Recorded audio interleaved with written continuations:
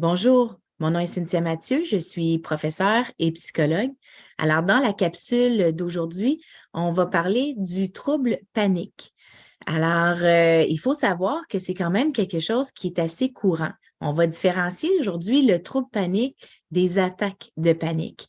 Les attaques de panique sont quelque chose de plus courant que le trouble comme tel. En fait, on dit qu'un Canadien sur trois à l'intérieur d'une année va vivre une attaque, au moins une attaque de panique. Mais environ seulement 1 à 2 des Canadiens ont un trouble panique. Alors, qu'est-ce que c'est la différence et comment on explique les deux? Alors, une attaque de panique, plusieurs d'entre vous en ont peut-être déjà vécu une. Ça peut survenir dans un moment où on ne s'y attend pas du tout. Ça peut également survenir dans des moments extrêmement stressants pour nous. Quels sont les symptômes d'une attaque de panique? Alors, certains symptômes peuvent être l'engourdissement des extrémités comme des mains. On peut parler d'étourdissement. On va parler aussi de transpiration. Il y a des gens qui vont vivre une augmentation de leur rythme cardiaque. Beaucoup de personnes vont se sentir également étourdies ou avoir un peu la tête légère, je dirais. Il y a même des gens qui vont sentir qui se sentent pas nécessairement, on dirait qu'ils se sentent pas, ils ont l'impression de ne pas être vraiment dans leur corps.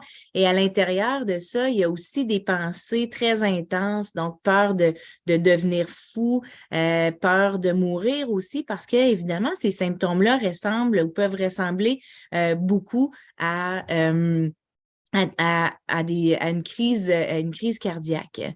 Les attaques de panique arrivent très subitement, hein. C'est une question de secondes. Les symptômes embarquent très rapidement et ça dure quelques minutes et ça redescend. Donc, les symptômes tranquillement vont disparaître. Je dirais que ça peut durer environ 15 minutes, mais ça peut être un petit peu plus long pour certains symptômes de complètement disparaître. Et souvent, les gens sont laissés après avec une très grande fatigue d'avoir vécu tout ça.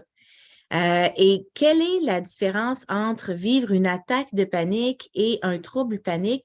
Ben, en fait, le trouble panique, pour avoir ce diagnostic-là, ben, il faut faire des attaques de panique, je dirais, quand même à répétition, donc qui reviennent quand même souvent. Et les attaques sont suivies d'environ au moins un mois, ou ça peut être plus, évidemment, d'inquiétude de refaire une attaque de panique. Alors, ce qui distingue faire seulement une attaque de panique du trouble, c'est réellement le fait que le trouble, c'est envahissant parce que on développe cette crainte-là et puis elle est toujours là de refaire des attaques de panique qui va évidemment avoir un impact sur notre fonctionnement. Et maintenant, on va parler des mécanismes que les gens utilisent pour gérer cette anxiété-là liée aux attaques de panique ou troubles de panique va être l'évitement. Donc, beaucoup de gens vont tenter d'éviter certains endroits, par exemple. Et là, on peut parler d'un autre, je sais que je parle de plusieurs troubles aujourd'hui, mais de quelque chose d'autre qui peut s'installer, qui est l'agoraphobie.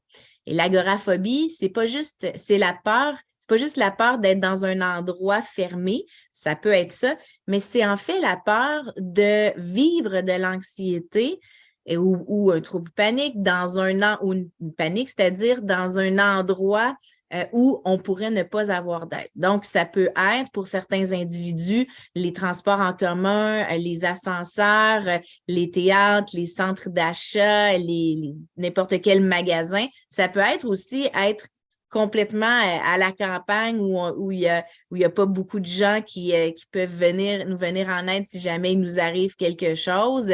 Et évidemment, ça peut être donc être dans un endroit où il y a, un endroit qui est plus fermé.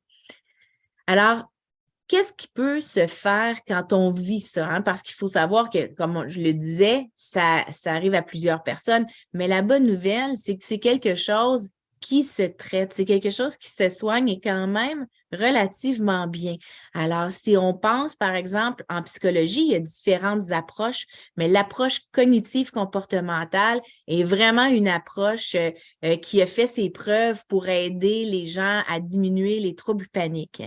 Avant de vous donner certains trucs, je vais vous dire que le livre que j'ai toujours recommandé à mes patients, et en plus, c'est écrit par des gens du Québec, c'est le livre La peur d'avoir peur d'André Marchand et André Letartre. Je pense qu'ils sont à leur, si je ne me trompe pas, 8e édition, je peux me tromper. C'est très bien ce livre-là parce que ça démystifie les symptômes, mais en plus, ça donne énormément d'exercices, des choses que les gens pourraient faire s'ils sont, par exemple, avec leur psychologue.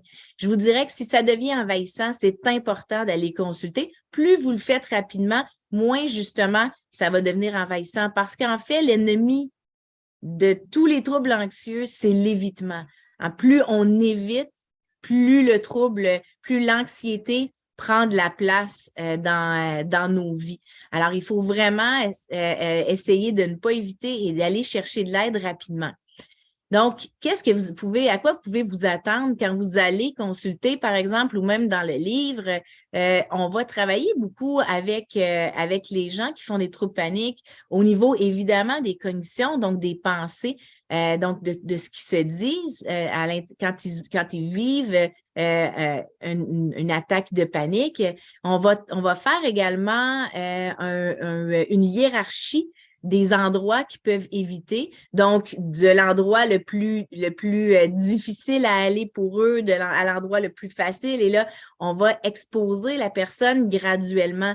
Donc, tranquillement, la personne va aller, par exemple, à un endroit qui ne lui cause pas trop d'anxiété. Ensuite, elle va aller à un autre endroit qu'elle évite qui lui cause peut-être un petit peu plus d'anxiété. Et on va travailler comme ça avec les gens pour qu'ils apprennent à vivre avec certains des symptômes et qu'ils apprennent à arrêter d'avoir peur, d'avoir les symptômes de panique pour comprendre que l'attaque de panique, c'est pas dangereux comme tel. En fait, les symptômes sont épeurants et ils sont réels. Les gens sentent réellement des changements dans leur corps, mais en réalité, c'est une réaction extrême du corps à un danger qui est pas si grand que ça. Donc, un danger qu'on se crée nous-mêmes. C'est pour ça qu'on va travailler beaucoup sur les pensées.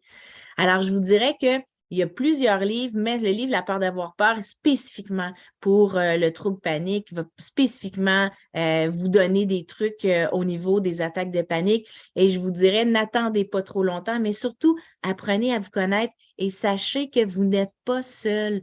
Beaucoup de gens vont faire des attaques de panique au courant de leur vie. Alors, ne pensez pas que vous devenez fou. C'est important d'aller justement en parler et de ne pas avoir honte de ça et de vraiment le travailler pour éviter que ça soit envahissant et que ça ait un impact trop important sur vos vies. Alors, il s'agit juste de s'ouvrir, de ne pas rester seul avec ça et d'aller en parler. Alors, j'espère que cette vidéo où je vous ai expliqué un petit peu plus ce que c'est les attaques de panique et le trouble panique a pu vous aider. Je vous souhaite une très belle semaine. À la semaine prochaine. Au revoir.